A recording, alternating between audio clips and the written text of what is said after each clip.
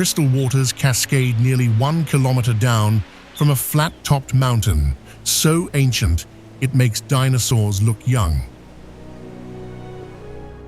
This is Venezuela, the lost world of South America, where tabletop mountains called Tepuis have stood isolated for 70 million years, their summits hosting ecosystems that evolved before humans walked the earth.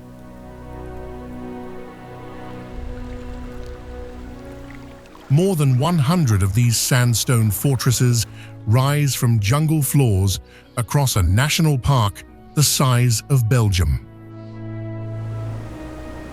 Beyond the world's tallest waterfall plunging from Devil's Mountain, this land hides an everlasting lightning storm that strikes 300 nights a year, cave systems carved through billion-year-old quartz, and species of frogs, orchids, and carnivorous plants that exist nowhere else on the planet.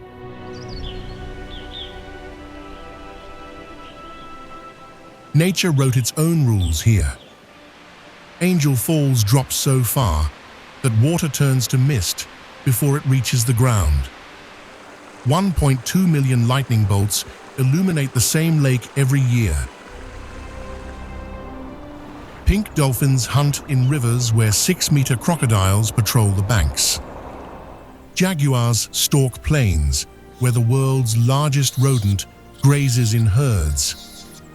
And atop those impossible cliffs, half the amphibian species found there have never been seen anywhere else. The prehistoric that never ended.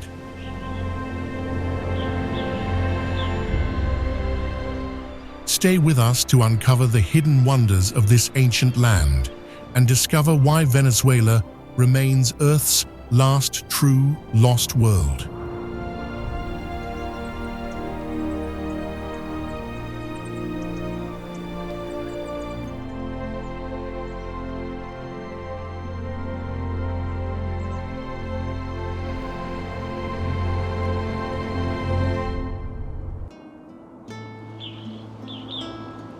Our journey begins where those ancient tepuis rise highest in the vast wilderness of Canaima National Park.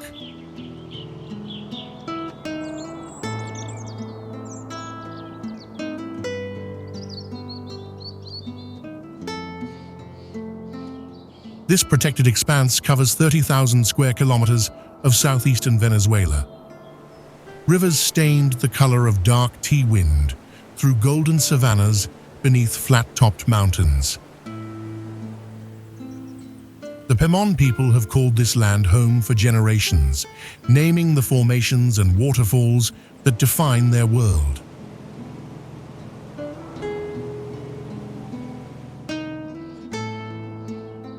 Aoyan Tepuis dominates the landscape, its sheer walls climbing more than 2,000 meters above the surrounding plains.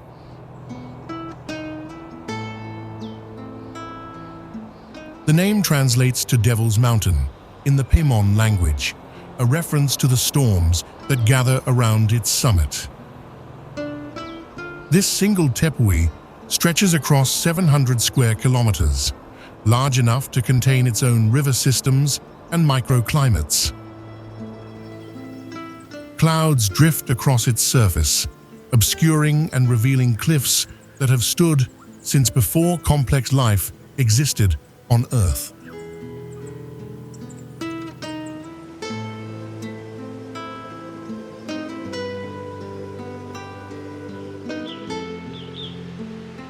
From a notch in Aoyan Tepui's northern rim, Angel Falls begins its descent. Water drops 979 meters in a single, unbroken plunge, the longest freefall of any waterfall on the planet. During dry months, the stream dissolves into mist long before reaching the base. In the rainy season, the cascade thunders with such force that its roar carries across the valley.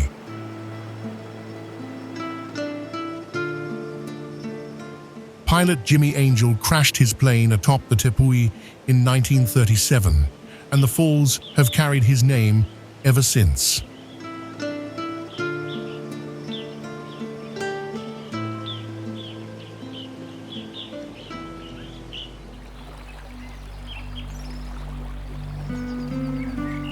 tea-colored waters that wind through this ancient landscape form a network of rivers essential to the region's identity. The Carrao River Network drains the highlands of Canaima, carrying sediment from Tepuis summits down through savannas and forests. These waterways have carved their paths over millions of years, shaping the terrain as they flow toward distant lowlands. Along their banks, the story of this lost world continues to unfold.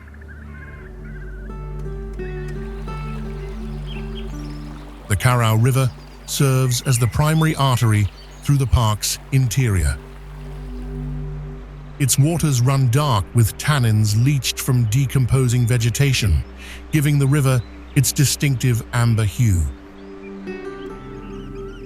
Canoes glide along its surface, the traditional means of reaching remote corners of the wilderness. Sandy beaches appear along bends where the current slows, offering rest points beneath the watchful presence of Tepuis rising in the distance.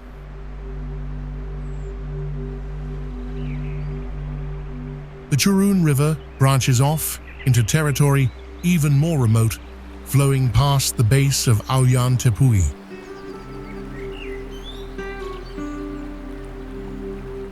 This tributary carries the waters of Angel Falls after they crash into the canyon below, channeling that famous cascade toward the larger watershed.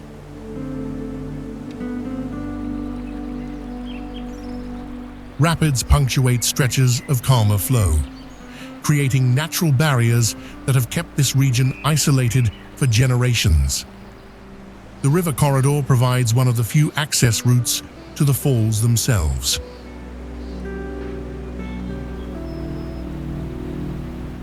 The Carrao River gathers these tributaries and many others as it flows northward toward the Orinoco. One of Venezuela's mightiest waterways, it drains an area larger than many European nations.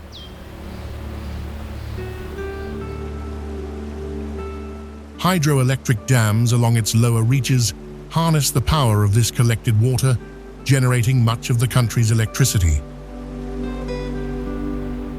Yet upstream, within the park boundaries, the Carrao remains wild and free.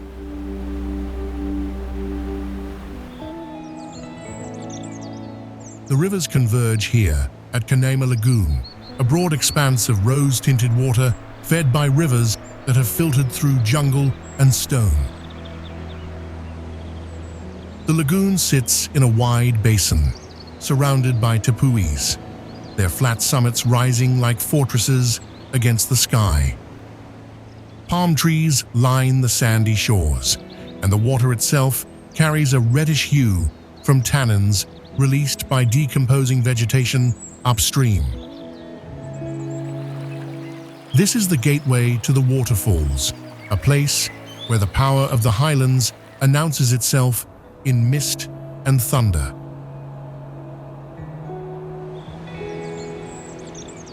Hacha Falls crashes directly into the lagoon from a curved cliff face, its white curtain of water contrasting sharply with the dark rock behind it. The name means axe in Spanish, a reference to the way the falls seem to cleave the stone in two. Visitors can wade beneath the cascade, passing through a narrow gap where the spray drenches everything in seconds. The roar here drowns out all other sound, leaving only the sensation of water and wind against skin.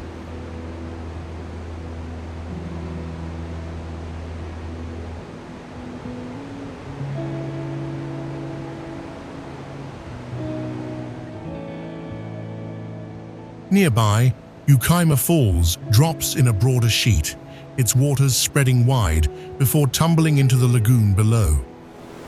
The flow here feels gentler than Hacha, though the volume remains impressive during the rainy months. Local Pemon guides lead travelers along pathways carved into the red earth, pointing out medicinal plants and explaining the stories attached to each cascade.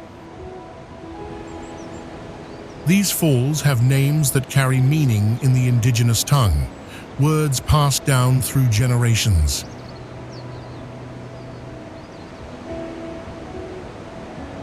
Golondrina Falls completes this ring of cascades surrounding the lagoon, its waters named for the swallows that nest in the cliffs beside it.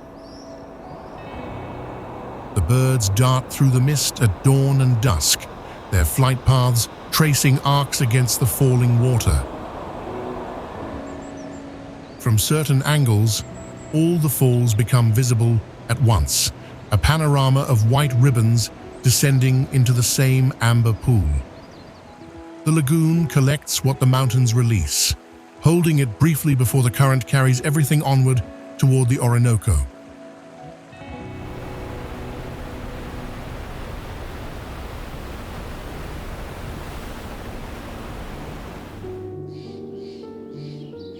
Among these ancient Tepuis, one mountain stands apart from all others.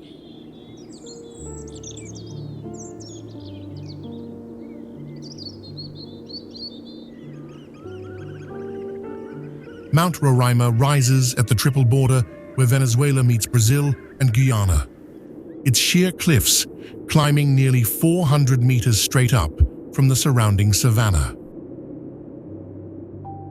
This is the highest of the tabletop mountains, a geological monument that has watched over the land for close to 2 billion years.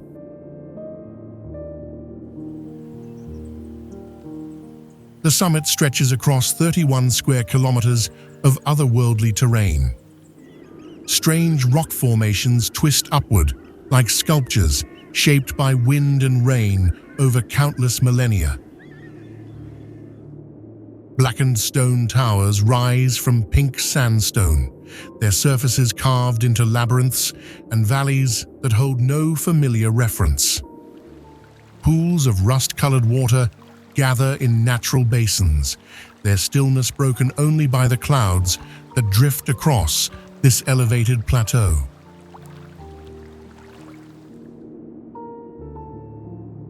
Life here developed in near-total isolation from the world below. Carnivorous plants cling to nutrient-poor soils, drawing sustenance from insects rather than the ancient rock. Endemic species found nowhere else on the planet move through this mist-wrapped landscape. The mountain inspired Arthur Conan Doyle's tale of a lost world where dinosaurs still roamed, and standing on its summit, that fiction feels less distant than it should.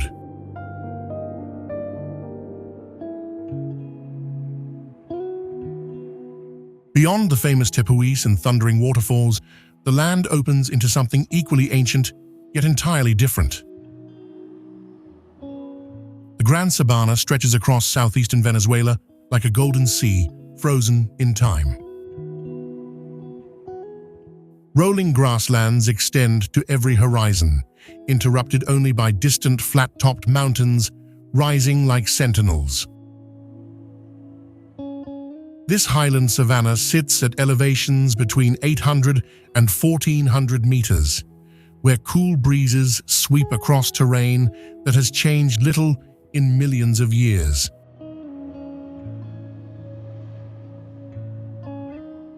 The landscape carries a quiet intensity that photographs struggle to capture.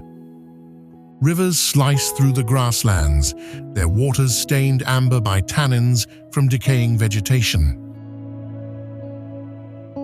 Waterfalls appear without warning, some tumbling over cliff edges, visible from the main road that crosses this wilderness. The Pemon people have called this place home for generations, their presence woven into the land through trails, place names, and stories passed down through centuries.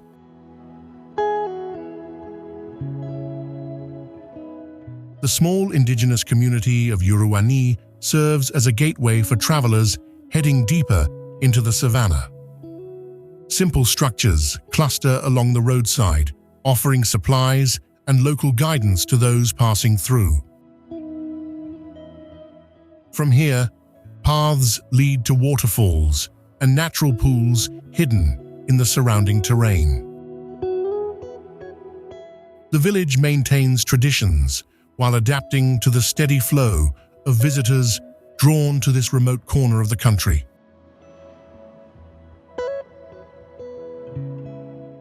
Further along the route, El Oasis provides another point of rest amid the vastness.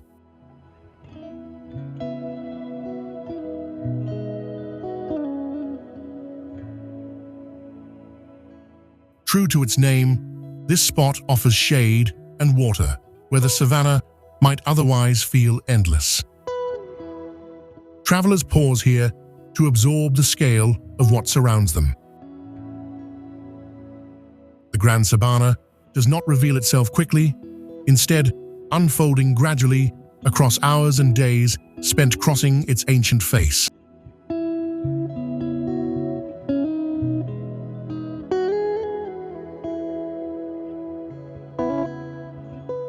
From the ancient Tepuis and highland savannas, the waters of Venezuela gather and flow eastward, converging into one of South America's mightiest arteries. Where the Orinoco River meets the Atlantic, it fractures into a labyrinth of channels, islands, and flooded forests. This is the Orinoco Delta, a water world spanning some 25,000 square kilometers. Here, the boundaries between river and sea, land and water, blur into something entirely its own.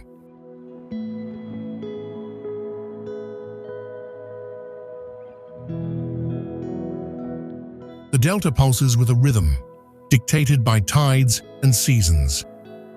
Mangrove forests rise from murky waters, their tangled roots creating shelter for countless species. Scarlet ibises streak across grey morning skies.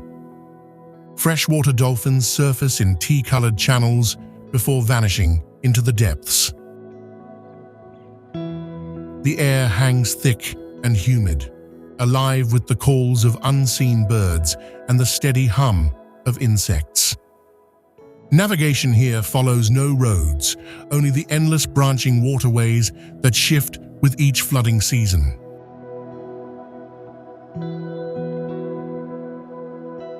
Within this watery maze, the Warao people have built their lives for thousands of years. Their name means boat people, and the title fits perfectly.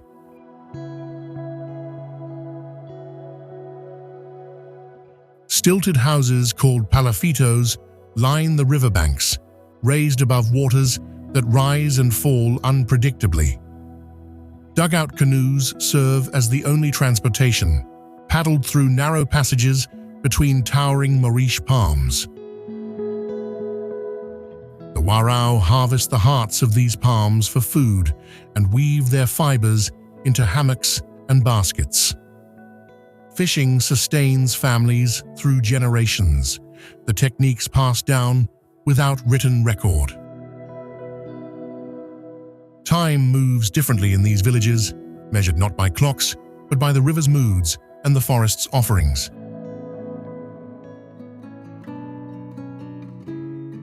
The Caribbean calls.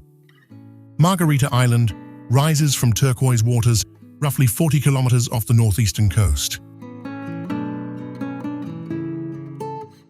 This is the largest island in the Nueva Esparta state, a place where dry hills give way to palm-fringed shores.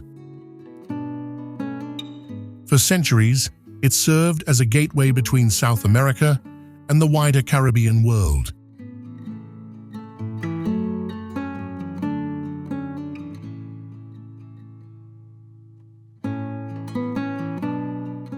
The island divides into two distinct peninsulas, connected by a narrow strip of mangroves and lagoons. To the east, green mountains catch moisture from passing clouds, feeding valleys where small farms still cultivate the land. The western half lies flatter and drier, its scrubland dotted with cacti and thorny brush. Between these contrasting landscapes, the Restinga Lagoon National Park shelters flamingos, herons, and countless migratory birds in its shallow waters.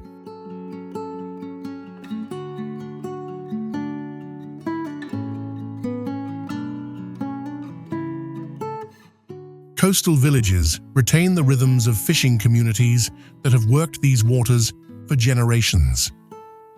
Wooden boats rest on sandy beaches at dawn, returning by afternoon with the day's catch.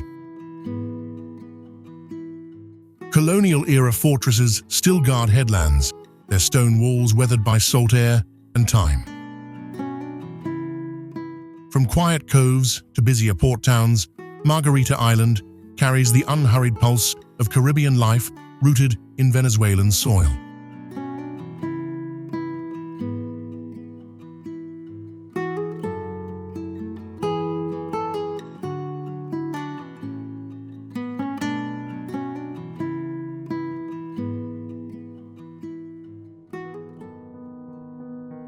Just 11 kilometers from Margarita's busy shores, Coach Island lies in quiet contrast, a flat sliver of land surrounded by waters that shift between pale green and deep blue. This is a place where the pace slows and the horizon stretches unbroken in every direction. The island spans roughly 55 square kilometers, most of it low-lying terrain, covered in sparse vegetation and salt flats. For centuries, salt harvesting defined life here, with workers extracting crystals from shallow lagoons under the relentless sun. That trade has faded, but the landscape still bears its marks. Mounds of white salt occasionally dot the interior, remnants of an industry that once shaped the local economy. Winds sweep across Kochi with steady force, drawing kite surfers and windsurfers to its northern shores. The beaches here remain largely undeveloped, their sands meeting calm shallows, perfect for wading. Fishing villages line portions of the coast, their painted wooden boats pulled up onto the sand between trips. In these communities, routines follow the tides rather than clocks, and the simplicity of island life persists without apology.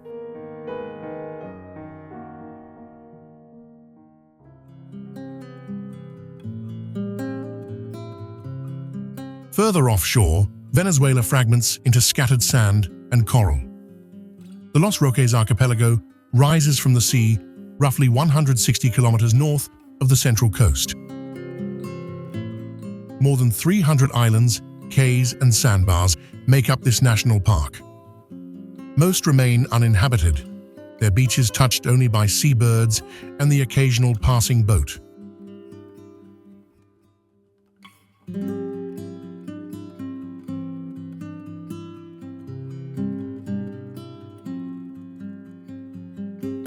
Gran Roque stands as the only permanently settled island in the entire chain. Fishermen's houses line sandy paths, their walls painted in bright Caribbean colors.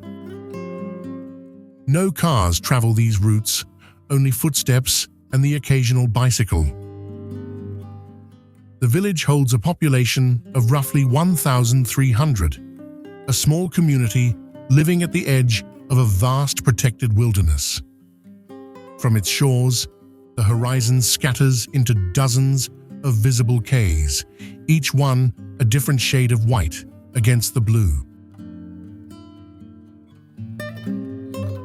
At the island's highest point, the Los Roques lighthouse watches over the archipelago. Built in the 19th century, it guided vessels through these shallow, reef-filled waters for generations. The climb to its base rewards visitors with views stretching across the entire island chain. Nearby, Cayo Fabian offers another glimpse of the archipelago's quieter corners. The lighthouse remains a fixed point, in a landscape that otherwise seems to shift with every tide.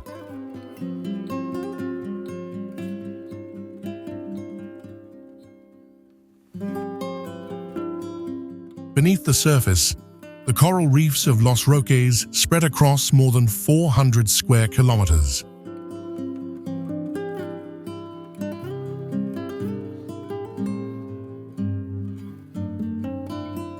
These formations rank among the most pristine in the southern Caribbean. Brain corals and sea fans create underwater cities where parrotfish, barracuda, and sea turtles move through the channels. The waters here hold a clarity that reveals the seafloor at depths of 30 meters or more. Above and below the waterline, this archipelago exists as Venezuela's hidden maritime world.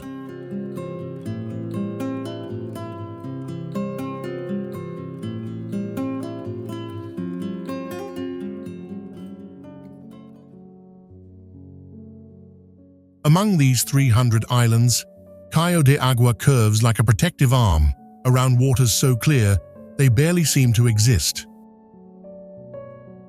Shades of turquoise shift with the depth of the seafloor, from pale aquamarine over sand to deeper blues where seagrass sways. No permanent structures mark the shore. The beach remains as it has been for centuries, shaped only by currents and storms. Pelicans glide low over the surface, while frigatebirds circle high above, riding thermals that rise from the warming sand. Beneath the surface, coral formations create cities of their own. Fish in electric blues and yellows dart through branching structures that took decades to grow. Sea turtles pass through these waters during nesting season, following routes their ancestors swam long before humans arrived. The isolation of Los Roques has preserved what busier coastlines lost generations ago. Cayo de Agua stands as a fragment of the Caribbean as it once was, unhurried and unburdened by time.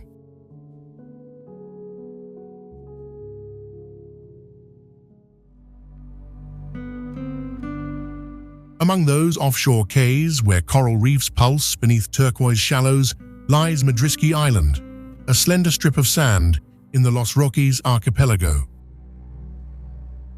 This island sits roughly 160 kilometers north of the Venezuelan mainland, part of a national park that protects over 300 islands and cays. Here, the Caribbean spreads in every direction, its waters shifting between shades of blue that seem almost impossible. Madrisky stretches long and narrow, its beaches curving gently along the western shore.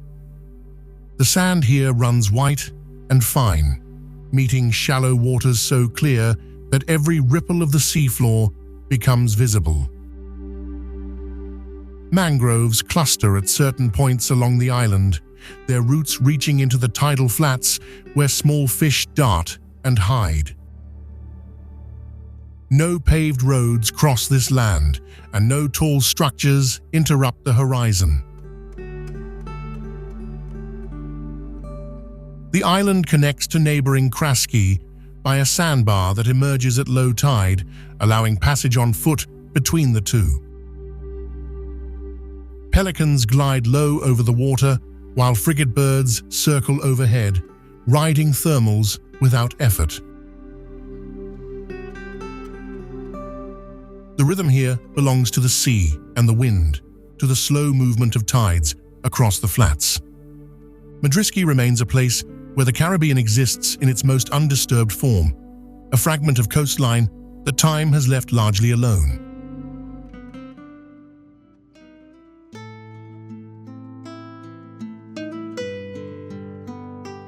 Back on the mainland, the coast holds secrets of its own.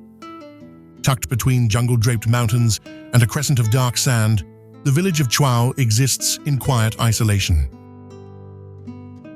No roads lead here, Arrival comes only by boat or by foot across mountain trails that have changed little in centuries.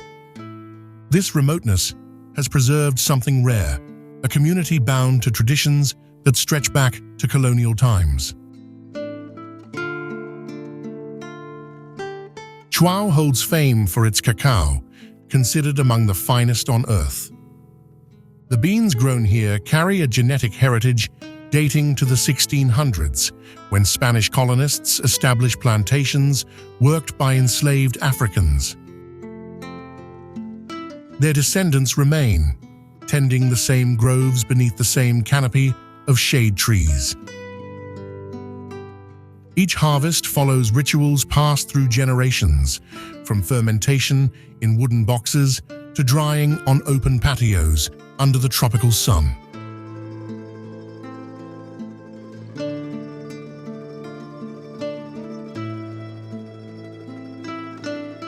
The village itself unfolds in simple colors against the green hillsides.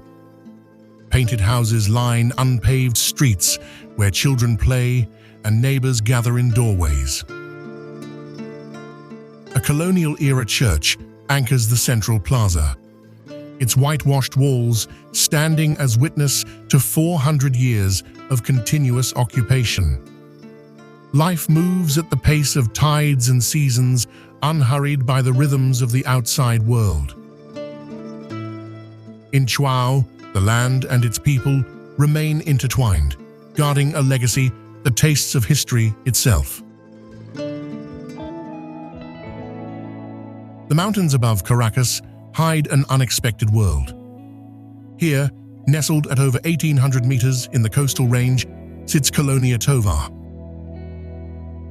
This small town feels like a fragment of 19th century Germany transported to the Venezuelan highlands. Founded in 1843 by immigrants from the Black Forest region, the settlement has preserved its Germanic character for nearly 2 centuries.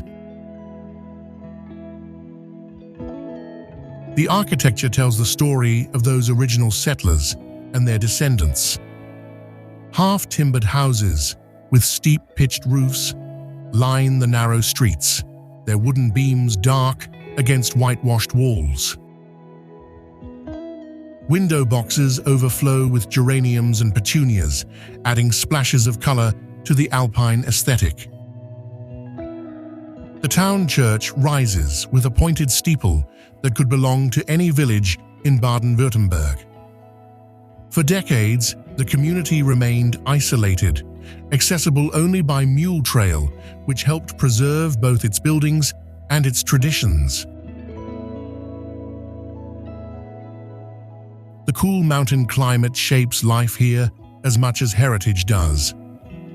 Strawberry farms and vegetable plots spread across the surrounding hillsides, thriving in temperatures that rarely climb above 20 degrees. Morning mist often clings to the valley, burning off slowly to reveal forested slopes and distant peaks. Weekend visitors from Caracas come seeking the cooler air and quieter pace, finding respite from the tropical heat of the lowlands below. Higher still into the coastal range, another mountain settlement clings to slopes wrapped in perpetual mist. El Junquito sits at nearly 1,600 meters above sea level, a world apart from the tropical heat below. The road from Caracas winds upward through changing landscapes. Warm air gives way to cool breezes as the climb continues.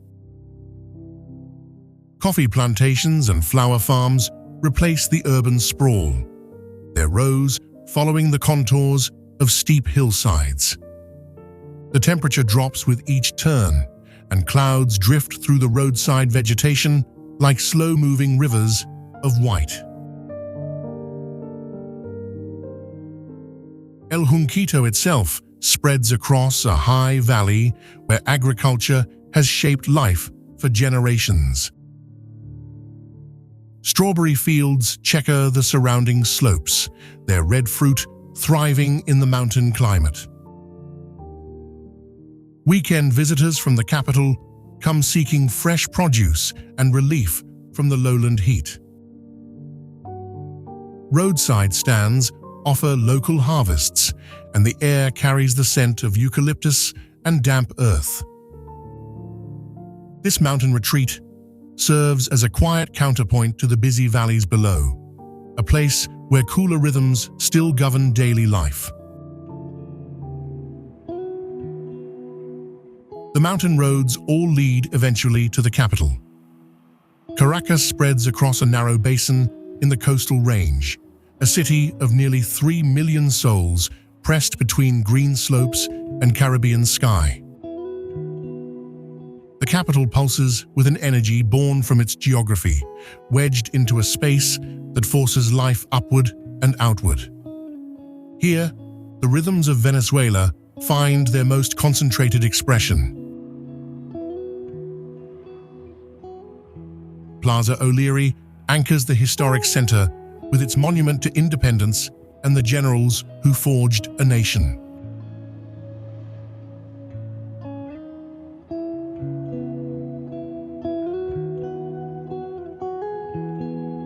Nearby, Avenida Baralt cuts through the oldest commercial district, where merchants have traded since colonial times. The street carries echoes of a city that predates the oil boom, when Caracas was still a modest capital finding its footing. These central arteries reveal the layers beneath the modern surface. To the southwest, Valle Coch stretches as a residential expanse where working families have built communities across the hillsides.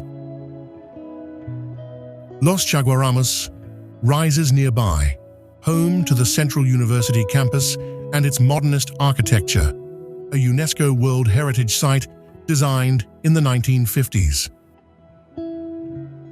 The buildings here blend art and function. Their covered walkways and floating gardens marking a moment when Venezuelan ambition reached for the future. Las Mercedes draws visitors to its tree-lined streets and outdoor cafes, a district where contemporary Caracas shows its cosmopolitan face. In sharp contrast, Petare climbs the eastern hills in a dense maze of self-built homes, one of the largest informal settlements in South America. Together, these neighborhoods tell the full story of a capital shaped by oil wealth, migration, and the constant negotiation between aspiration and reality. West along the coast, the Caribbean reveals another face. Morocco National Park spreads across the northwestern coast of Falcon State, a protected marine sanctuary established in 1974. The park covers more than 32,000 hectares of mangrove channels, coral formations, and scattered cays. Most visitors begin their exploration from the small fishing town of Chichirivici, a gateway community where colorful boats line the waterfront. From here, local fishermen ferry travelers across calm waters to the offshore islands that define this coastal paradise. Cayo Sombrero rises from the turquoise sea as the most popular destination within the park. White sand beaches ring the island, their powder-fine shores sloping into waters so clear that fish seem to swim through glass. Palm trees cluster at the center, offering shade to day visitors who arrive by the hundreds during peak season. Snorkelers drift above coral gardens just offshore, where parrotfish and sergeant majors move through formations of brain coral and sea fans. The island earned its name from a hat-shaped silhouette, visible from certain angles on the approach.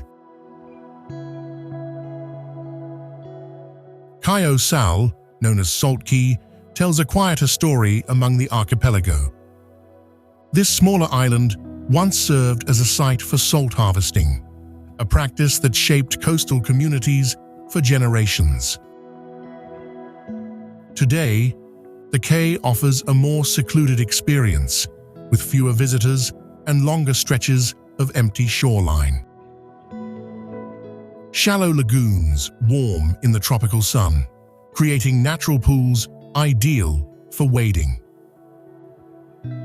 The surrounding waters hold their own treasures, with sea turtles occasionally passing through the seagrass meadows nearby.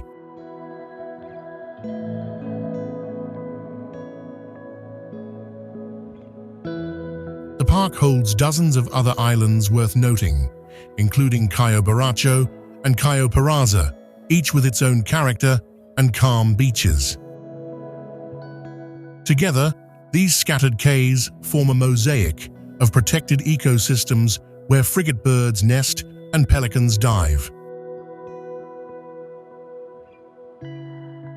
Mangrove forests along the mainland coast filter sediment and shelter juvenile fish in their tangled roots.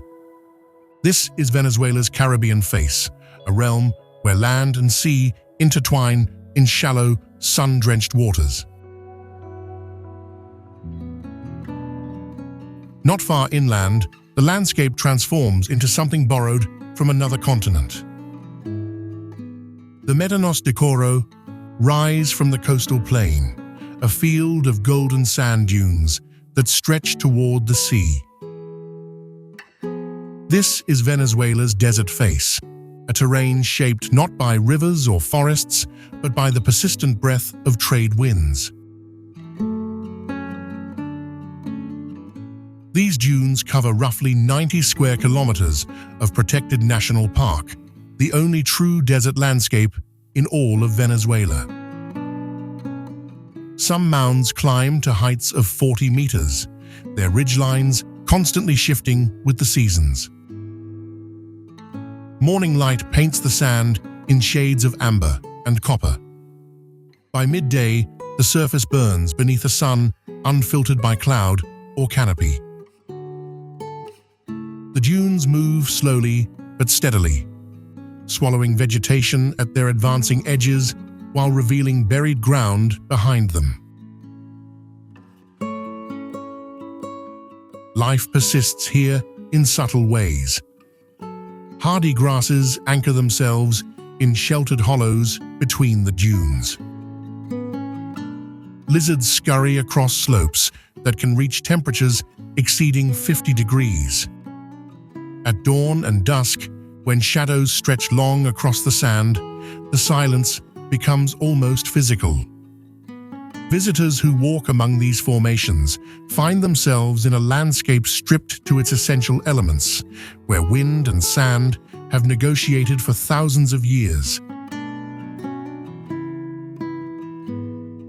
The Médanos stand as proof that Venezuela's geography answers to no single definition, offering desert solitude just kilometers from Caribbean shores. The interior tells a different story. Los Llanos spreads across the heartland like a sea of grass, a vast tropical savanna that stretches from the Andes foothills to the Orinoco Delta. This is cattle country, ranch country, a territory where the horizon seems to pull away endlessly in every direction. During the wet season, rivers overflow their banks and transform the plains into a shallow inland sea. The Apure Llanos occupies the southern reaches of this great plain, where the Apure River and its tributaries carve slow channels through the flatlands.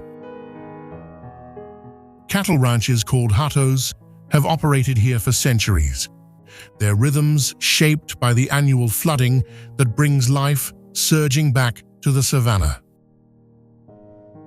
When waters recede in the dry months, wildlife concentrates around shrinking lagoons and river channels. Capybaras gather by the hundreds along muddy banks, while caimans float motionless in the shallows. Bird life here defies easy counting. Scarlet ibis paint the evening sky in streaks of red as they return to roost in riverside trees. Jabiru storks stand nearly as tall as a grown person, stalking through wetland grasses in search of fish. Anacondas coil in the warm waters, patient and unseen. This is one of the most accessible wildlife viewing regions on the continent, yet it remains far from the tourist circuits that draw crowds elsewhere. The Los Llanos keeps its secrets close, revealing them only to those who follow the river roads into the heart of the plain.